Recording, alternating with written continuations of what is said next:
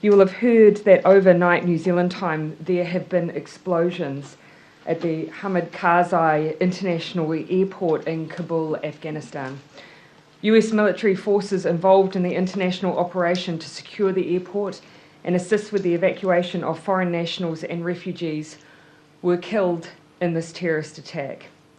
New Zealand's thoughts and condolences are with those who helped us to get our citizens and visa holders home, and the government has relayed our deepest appreciation and sadness to the US government who is mourning their loss. Our thoughts are also with all of those in Afghanistan who have lost lives or suffered injuries in this attack. We strongly condemn this despicable attack on many innocent families and individuals who were vulnerable and simply seeking safety. I can confirm that no New Zealand Defence Force personnel were in Kabul at the time of the explosions, as they had all safely departed on the final flight. NZDF have also confirmed that no New Zealand evacuees were left within Kabul airport. I'm advised that MFAT are actively working to make contact with all those that were known to them that may have been within the region or within the vicinity or proximity of the airport. For days there have been warnings that the situation in Afghanistan was deteriorating, warnings that we had shared. Also that there was a serious threat of a terror attack and that the window for our evacuation operation was closing. Given the situation on the ground, that window has now closed.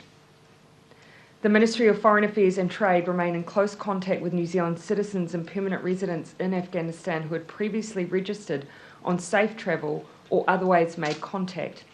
Yesterday, all those known to have been in Afghanistan were advised by NFAT of the, quote, ongoing and very high threat of a terrorist attack, and warned not to go to the airport and to leave the airport if they were nearby. Given this advice and the subsequent attack, operational considerations have now dictated the necessity to end further flights into Kabul. Allies involved in the operation in recent days are in the same situation as us, and together we will now look to see how we can support those seeking to leave Afghanistan to do so. That will, by necessity, need to be an international effort that New Zealand is a part of. I can confirm that our operation so far has seen 276 New Zealand nationals and permanent residents, their families and other visa holders evacuated from Kabul, destined for New Zealand. Of these, 228 have already departed the United Arab Emirates for New Zealand. That was our transition point from Kabul. I would also note these numbers are likely to change as processing of those on board partner flights continues. Additionally, a further group of 100 people, including New Zealanders and Australians, were taken out on military flights out of Kabul yesterday. The number of those destined for New Zealand that were on board that flight will be available once current processing is complete.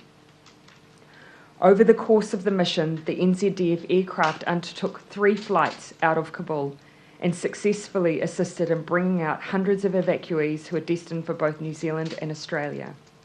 Australian flights have also successfully picked up those destined for our shores.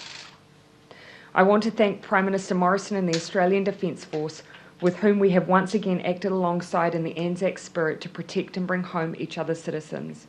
We brought home theirs, they helped bring home ours. I also wish to pass on our thanks to the United Arab Emirates and the United States for their steadfast support for this operation. Of course, we had hoped our time to get our people out would be longer. Our defence personnel have operated under incredibly difficult circumstances, and I wish to pay tribute to them and acknowledge their bravery and service, and wish them and all those they evacuated a safe trip home. And I wish to welcome those that we have evacuated a safe trip back to New Zealand.